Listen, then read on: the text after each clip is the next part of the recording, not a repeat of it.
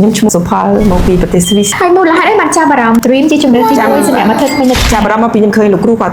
ដាំអំផ្លានដាំភ្លាមដាក់ថ្មិញភ្លាមបានព្រោះខ្ញុំអត់មានពេលយូរសម្រាប់តាមដានមើលអំផ្លានតែគាត់នៅនេះគាត់ដាំហើយគាត់អាចដាក់ថ្មិញបានឲ្យយើងសម្រាប់ខ្ញុំទុកចិត្តហើយបាទខ្ញុំមកពីគ្រាប់ដកយូរហ្នឹងយូរហើយ10ឆ្នាំជាង10ឆ្នាំជាងហើយថ្មិញចាស់អូនដែលអូនធ្លាប់សោបថ្មិញស្ពាន4គ្រាប់ហើយមានចាយសបនិមិត្តពីលើហ្នឹងវិញហ្នឹងរំខានដែរអត់វារំខានហើយវាទៅហើយវាដូចអត់បញ្ចានយើងធម្មជាតិវាគ្រាន់តែពេលយើងបាត់ទៅវា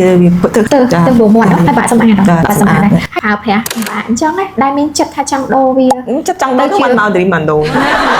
មានគម្រោងថានឹងដូរប៉ុន្តែអត់តន់ថាយើងមិនអាចពេលណាដែលទុកចិត្តនឹងអាចដូរបានព្រោះខ្ញុំដឹងថាថ្មិញត្រូវវាអត់ឆ្អឹងត្រូវដាក់ថ្មិញកាលទេព្រោះត្រូវដាក់អំផ្លានដល់ពេលខ្ញុំឃើញ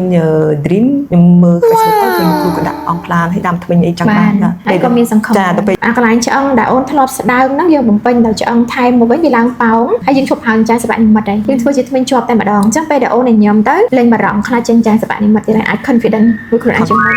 ចាហើយបន្ទោះឲ្យជឿដែលខែអូនលំបាកមែនតើឆ្អឹងស្ដើងមែនតើតែយើងអាចដាំផ្លានហើយអាចឆ្អឹងក្នុងពេលតែមួយហើយបានធ្វើមែនតើភ្លាមទៀតបាច់រងចាំ3ខែទេហើយអូនយល់ឃើញមិនបានហ៊ានអនុញ្ញាតឲ្យខ្លួនឯងមកសាកល្បងជាមួយនឹងបច្ចេកទេសថ្មីទុកចិត្តលោកគ្រូគាត់ថាគាត់អាចនឹងធ្វើបានបើសិនជាគាត់ធ្វើអត់បានគាត់ឲ្យធ្វើទេយ៉ាមែនតើអូននិយាយត្រូវហើយធម្មតាពេទ្យគឺគាត់មានការបារម្ភជាងអ្នកជំងឺទៀតសិនជាគាត់ឃើញថាខេសហ្នឹងធ្វើអត់បានគាត់អត់